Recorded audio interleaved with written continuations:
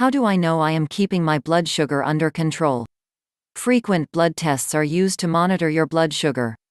Most patients with diabetes should have a home blood monitoring kit. Some doctors ask their patients to check their blood sugar as frequently as 6 times a day, though this is an extreme. The more information you have about your blood sugar levels, the easier it will be for you to control it. People with diabetes must take responsibility for their day-to-day care, and keep blood glucose levels from going too low or too high.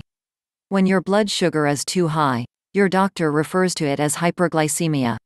When your blood sugar is too high, you may not experience any symptoms, but the high levels of glucose in your blood is causing damage to your blood vessels and organs.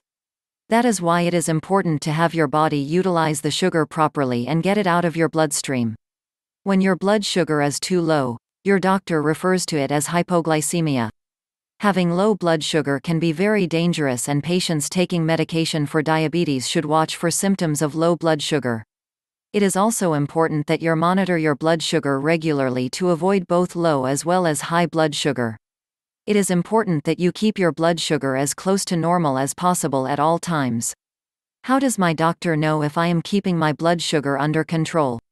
Some patients may not follow the proper diet and exercise except for the days leading up to a blood test in the doctor's office. They want to look like they are doing a good job controlling their blood sugar.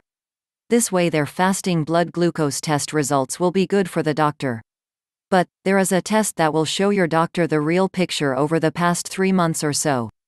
It is called the hemoglobin A1C, HbA1c, test. Hemoglobin is the part of your blood, or red cells, that carries oxygen to your cells. Glucose sticks to the hemoglobin in your red cells of the blood as they emerge from the bone marrow where they are made.